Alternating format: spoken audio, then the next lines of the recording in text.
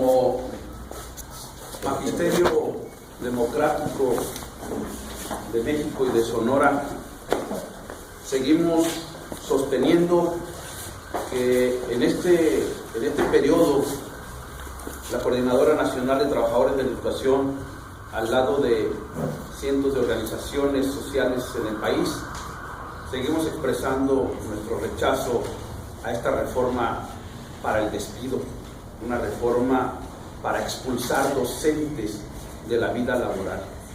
Nosotros sostenemos que el magisterio no está en desacuerdo con una evaluación formativa, humanística, una evaluación entre pares, pero estamos frente a un disfraz, frente a una farsa mediática de la evaluación que involucra el interés económico de los grandes empresarios, de grandes corporaciones privadas de México y del extranjero para apropiarse de la nómina, de los recursos y transformar la escuela pública en una escuela similar a las escuelas charter de Estados Unidos, o voucherizadas, como les dicen en alguna otra parte, o subvencionadas, como en otras partes del mundo están ya clasificadas. La idea de ellos es de corto, mediano y largo plazo para irrumpir en todo lo público de lo educativo y en todo lo público de la vida del país. Pero les estorba el pensamiento crítico de los maestros, les estorba la lucha social y la respuesta política que están dando los contingentes de todo el país de la Coordinadora Nacional de los Trabajadores de la Educación, y por eso están propiciando condiciones para exterminar, para aniquilar, para dispersar una fuerza política que tiene más de 30 años de existir y que no va a claudicar en esta resistencia. En Sonora particularmente, ustedes lo saben, tenemos organización para la resistencia en Guatabampo, en Navojoa, en Ciudad Obregón, en Guaymas, en Palme, Hermosillo. Crecemos en la resistencia con la instalación de la Asamblea Magisterial de Caborca, se integra Peñasco a partir de hoy.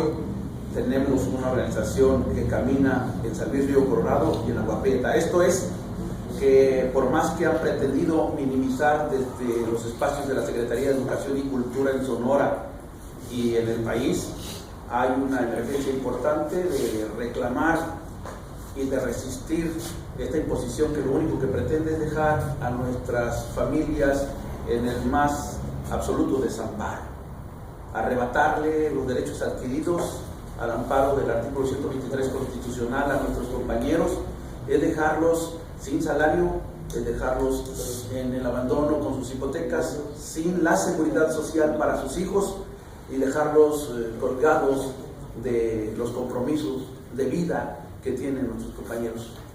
Han cumplido con su trabajo en medio de las grandes deficiencias estructurales que el gobierno no ha sabido sortear, y aún así dieron la cara por tener una educación pública a la altura de las circunstancias, deteniendo el cerco de la descomposición social en nuestro país y en nuestro estado, y no es justo que se les pague con esta agresión. Lo que está de por medio es la apropiación de la educación pública. Hay ya una zanahoria enorme de 50,000 millones de pesos que se les van a dar a los empresarios en corto plazo, como una medida de ir metiéndose a las escuelas y de irlos convirtiendo prácticamente en los sustitutos de la dirección administrativa en todo el país a estos grandes empresarios.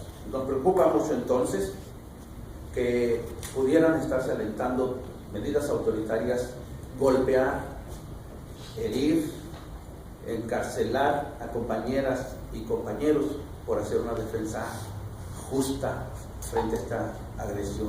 Nosotros decimos a la sociedad que ocupamos de su apoyo y agradecemos la solidaridad de las organizaciones presentes, constitutivas tanto de la Convención Nacional Popular como del resto de organizaciones que se están expresando y de los padres de familia para detener cualquier intento autoritario en estos próximos días en que se quieren evaluar, inclusive recurriendo a lo más grotesco de los métodos meter a los compañeros, ¿cómo se dice?, acuartelar a los compañeros en lugares clandestinos, llevarlos en vehículos clandestinos en las horas de la noche, ofrecerles alimentos nocturnos al amanecer, tratar de infiltrarlos en vehículos de diferentes personas en la madrugada de mañana y de pasado, con el respaldo de los aparatos policíacos, algo que es completamente indignante. En ese sentido, por ahí está nuestra posición en este momento.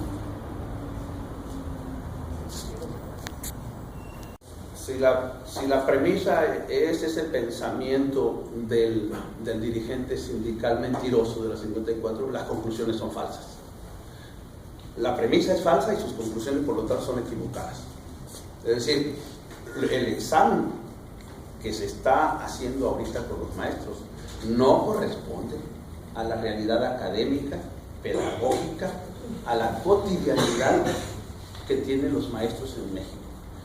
Es una batería de reactivos mañosamente construida para que no la pase el mejor. Sería largo de explicarles la construcción de un reactivo manipulado en sus conceptos, en los alcances y en la progresividad que le dan a las respuestas. Estamos hablando de una pregunta que tú tienes que leer un texto amplio en 1 minuto y te dan de 1 a 10 alternativas, y en donde tú tienes que contestar progresivamente así, la 1, la 2, la 3, decidir progresivamente cuál es el primer escenario, el segundo, el tercero, hasta el 10º, sin equivocarte. Una sola pregunta que es un compendio enciclopédico de cada momento de contestar. Luego entonces, que no nos venga ningún charro, ningún secretario general de la 28 y la 54 con más mentiras. Nosotros retamos a que el secretario de Educación en Sonora haga el examen, a que lo haga Víctor Guerrero, a que lo haga el fósil político de Sonora, Onésimo Mariscales Delgadillo, a que se sienten a hacer el examen que están planteando los maestros. Verán cómo van a salir pésimos, porque no tienen ni idea de la vida educativa, pero además porque el instrumento es gravemente diseñado, es un instrumento tramposo, manipulado. Los reportes que tenemos son en ese sentido. Es un examen que empieza desde las 8 de la mañana, termina a las 7 de la tarde, no les dan chance ni de ir al baño, les quitan los celulares a los compañeros, la plataforma falla al momento de estar trabajando porque el software es grande, la tecnología es insuficiente, hay interrupciones a cada rato, no les hacen válido eso, pero además el contenido de los reactivos es tremendamente bárbaro.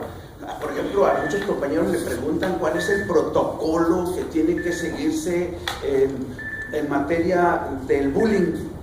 El bullying es toda una enciclopedia para tratarlo, es un asunto de los psicólogos, es un asunto para gente especializada. Entonces a los profes le preguntan de sismos, le preguntan del bullying, le preguntan de escenarios que son ajenos completamente. Entonces hay una construcción perversa de los reactivos. Por eso nosotros decimos, no es que los maestros le saquemos al asunto, lo podemos construir un proceso evaluatorio y no le sacamos. Pero mire, ¿quién evalúa a los maestros? Si alguno de los medios sabe quién los evalúa, nos podemos complementar nuestras respuestas. Evalúa a alguien despersonalizado, no sabemos quién está detrás. ¿Quién es mejor que los maestros para evaluar a los maestros?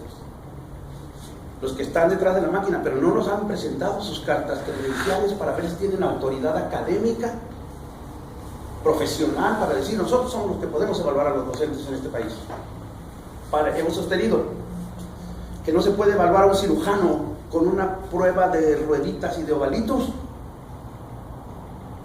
¿Quién puede evaluar a un cirujano? Solamente un par, alguien que sepa más que él y que a partir de evaluarlo dé recomendaciones de mejora, no para correrlo. Entonces entre nosotros no sabemos quién está detrás no se sabe quiénes son los evaluadores, porque no quieren descubrirlos, porque entonces nosotros los estaríamos impugnando para ver de qué universidad, qué profesión, qué credenciales académicas tienes tú para estarnos evaluando. Entonces son trampas que ameritan mucha explicación con los medios y con la sociedad, pero que tienen que ver con que con el tender una red para controlar y para exterminar la relación laboral de nosotros. No hay un partido político, grupo de corriente ideológica no progresista de izquierda. Miren, han querido ensuciar el asunto de nuestras expresiones del magisterio. Lo han querido contaminar los voceros de la propia secretaría, como lo quiso hacer el delegado corrido por Nuño. Pero no hay, ni queremos, ni pretendemos que esté ningún partido político detrás de la lucha social, porque eso nos desnaturaliza, nos puede controvertir socialmente y puede ser el pretexto para deslegitimar la lucha social que nosotros tenemos. Entonces, es falso las versiones que decían que había grupos infiltrados de Acción Nacional trabajando con ustedes. Es categóricamente falso, malicioso a que no ingresen, a que no participen de esta farsa. Y lo están, como ya se hizo el fin de semana anterior, ¿no? Pero en caso de que ellos quieran, pues, hacer la evaluación, ¿les permitirán hacerla o les bloquearán el paso? Mire, nosotros vamos a convocar a que no entre, a que no hagan la evaluación. Y que estamos seguros que nos van a acompañar. Hay una interpretación dolosa de estas cosas. Miren, el gobierno, y lo están cantando muchos los spots, y lo están argumentando ahorita, la evaluación es un derecho, y por lo tanto, ese derecho se tiene que ejercer. Si no lo dejas que se ejerza, entonces estás violentando la ley. Ese tipo de construcciones, esos sofismas, ese tipo de manipulaciones, de argumentos que han permitido al poder sostener un discurso contra muchos de nosotros en diversos momentos, es el que están utilizando ahorita. Pero nosotros le decimos al secretario de Educación y Cultura que lea la ley, a los voceros que lean la ley. El artículo 52, 53 y 69, fracción primera y el octavo transitorio de la misma Ley General de Servicio Profesional Docente decretan que la evaluación es obligatoria, obviamente con efectos jurídicos de despido, de separación del servicio si no se cumple con una parte del proceso o con todo el proceso. Entonces ellos han querido manipular esto diciendo que la evaluación es un derecho. No, no es un derecho. Además, si fuera un derecho, sería renunciable. O sea, ¿lo ejerzo o no lo ejerzo? Pero es una obligación.